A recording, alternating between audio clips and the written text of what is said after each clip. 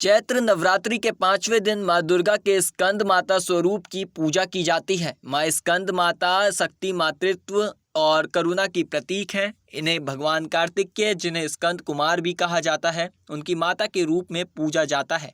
इनका स्वरूप अत्यंत ही दिव्य और तेजस्वी है। माता कमल के आसन पर विराजमान रहती हैं, इस नाते उन्हें पद्मासना भी कहा जाता है। इनकी 4 भुजाएं हैं, जिनमें से 2 में कमल का फूल सुशोभित है। एक भुजा अभय एवं वरद मुद्रा में उठी हुई है, जिससे वह भक्तों को आशीर्वाद प्रदान करती है, जबकि दूसरी भुजा से उन्होंने अपनी गोद में बैठे पुत्र कार्तिकेय को पकड़ा हुआ है। माँ स्कंद माता की पूजा करने से साधक को शांति और मोक्ष की प्राप्ति होती है। ऐसा माना जाता है कि इनकी कृपा से भक्तों की सभी मनोकामनाएं पूर्ण हो जाती हैं और जीवन में सुख शांति बनी रहती है। इनकी उपासना से विशेष रूप से व्यक्ति की ज्ञान और बुद्धि का विकास होता है, जिससे मनुष्य प्रत्येक क्षेत्र में सफलता प्राप्त कर सकता है।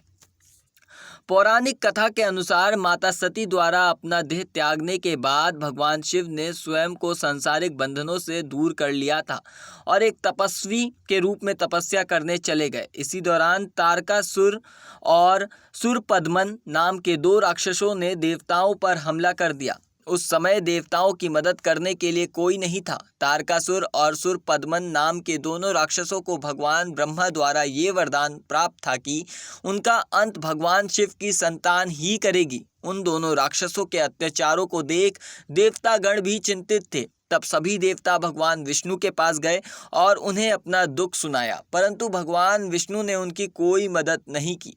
भगवान विष्णु से मदद ना मिलने पर देवताओं ने नारद मुनि के पास जाने का सोचा। उन्होंने नारद मुनि से कहा कि यदि वो माता पार्वती से भगवान शिव को पति के रूप में पाने के लिए तपस्या करने को कहेंगे, तब शायद भगवान शिव उनसे विवाह कर लें और उनके मिलने से महादेव की संतान जन्म ले, जो उन राक्षसों का वध कर सके। इस नाते नारद मुनि के कहे अनुसार माता पार्वती ने भगवान शिव को पति रूप में पाने के लिए घोर तपस्या की और उनकी भक्ति से खुश होकर भगवान शिव ने उनसे विवाह करने का निर्णय लिया।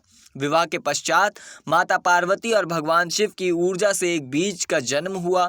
बीज अत्यधिक गर्म होने के कारण उसे अग्निदेव को सरवना नदी में सुरक्षित रखने के लिए सौंपा दिया गया। अग्निदेव भी उसकी गर्मी सह नहीं पाए, इसीलिए उन्होंने उस बीज को गंगा को सौंप दिया, जो उसे आखिर में सरवना झील में ले गई, जहां माता पार्वती पहले से ही पानी के रूप में मौजूद थी और उस बीज को धारण करते ही वह गर्भवती हो गई। कुछ समय पश्चात भगवान कार्तिकेय ने अपने 6 मुखों के साथ जन्म लिया। भगवान कार्तिकेय के जन्म के बाद उन्हें तारकासुर और सुरपद्मन नाम का विनाश करने के लिए तैयार किया गया। सभी देवताओं ने मिलकर उन्हें अलग अलग तरीके का ज्ञान दिया और राक्षसों से लड़ने के लिए उन्हें महत्वपूर्ण शस्त्र भी दिए। आखिर में भगवान कार्तिकेय ने सभी राक्षसों का वध कर दिया। यही कारण है कि माँ दुर्गा को स्कंद के रूप में पूजा जाता है।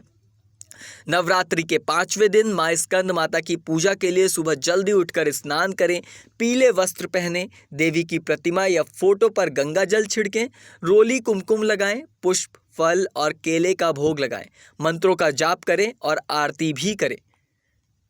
धार्मिक मान्यताओं के अनुसार माँ स्कंद माता की पूजा के दौरान सफ़ेद और पीले रंग के वस्त्र धारण करना उचित माना जाता है। सफ़ेद और पीला रंग माँ स्कंद माता को प्रिय है। इन रंगों के वस्त्र धारण करने से माता प्रसन्न हो जाती हैं। माँ स्कंद माता को केले और केले से बनी चीज़ों का भोग लगाया जाता है।